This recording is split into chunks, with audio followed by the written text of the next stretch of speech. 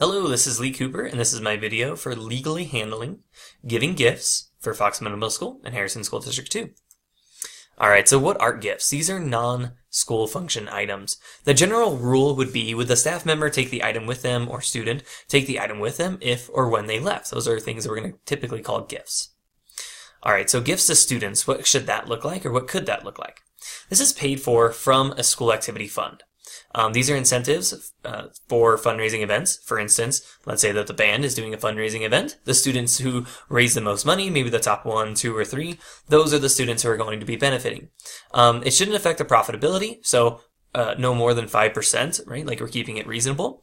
This is internal, so the funds raised are giving to the students who raise those funds.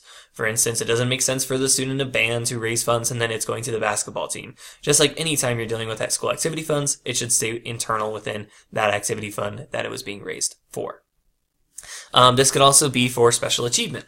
So, for instance, a student who scored the best on a state test. This could be coming out of the general activity fund, or this could be some funds, something that is donated from an external stakeholder. And we're talking about things like not these huge, big awards or gifts, but maybe something like a plaque, like an actual award that a student might be getting. Alright, so what about gifts to staff? And for instance, a special occasion gift. Maybe somebody in the team is getting married, maybe somebody is having a baby, something like that. So these are for specific staff members, obviously. It's paid from a staff remembrance fund. So a staff remembrance fund should be money that's raised by staff. This could be dues, donations, it could be something from vending machines, or any kind of like selling of goods that are being sold to the teachers or to the staff. So that money is raised by staff, and it's ran by a committee. So it is a rotating committee. This is something that, maybe it's a team of teachers or other staff members that are running this committee, and it changes every now and then, but it has certain protocols and procedures to make sure that if we're giving gifts to staff, that it's not biased, that it's not going to any one person benefiting more than the other, those kinds of things. So there should be dollar limits. That's another way that we're kind of safeguarding against those things. Other gifts to staff could be fundraising incentives, just like with students, no more than 5% of the profit. We're not trying to cut into that. And it should be for the participating members. So if you, obviously raise the money and you're benefiting from that. And again, maybe it's the person who raised the most or second most, those kinds of things.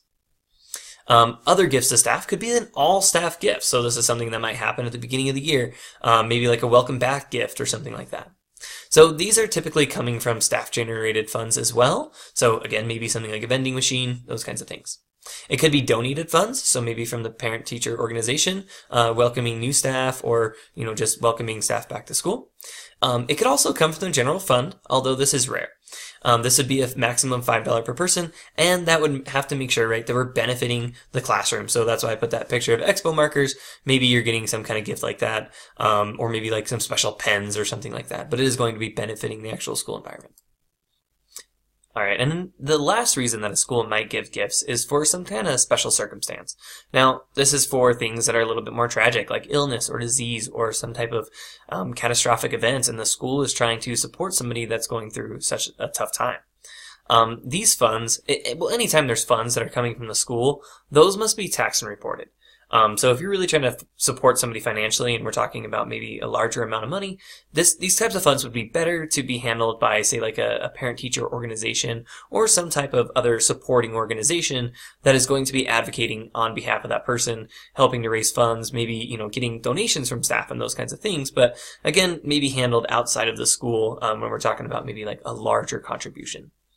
All right, well, this has been my quick guide. I hope you have enjoyed. Thank you very much.